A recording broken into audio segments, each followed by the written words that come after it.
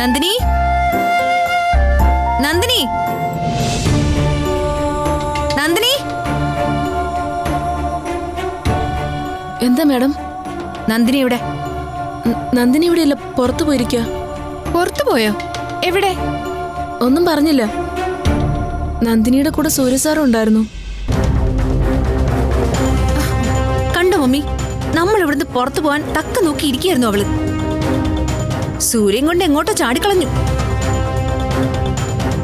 ചിലപ്പോഴേ ഏതെങ്കിലും നാട്ടുവൈദ്യന്മാരുടെ അടുത്തേക്കായിരിക്കും. ഏട്ടൻ വീണ്ടും കുടിച്ചതിനെ ചികിത്സിക്കണമല്ലോ. എപ്പോ വരുമെന്ന് നിന്നോട് പറഞ്ഞില്ലേ? അത് ഡ്രസ്സൊക്കെ എടുത്തിട്ടാ പോയത്.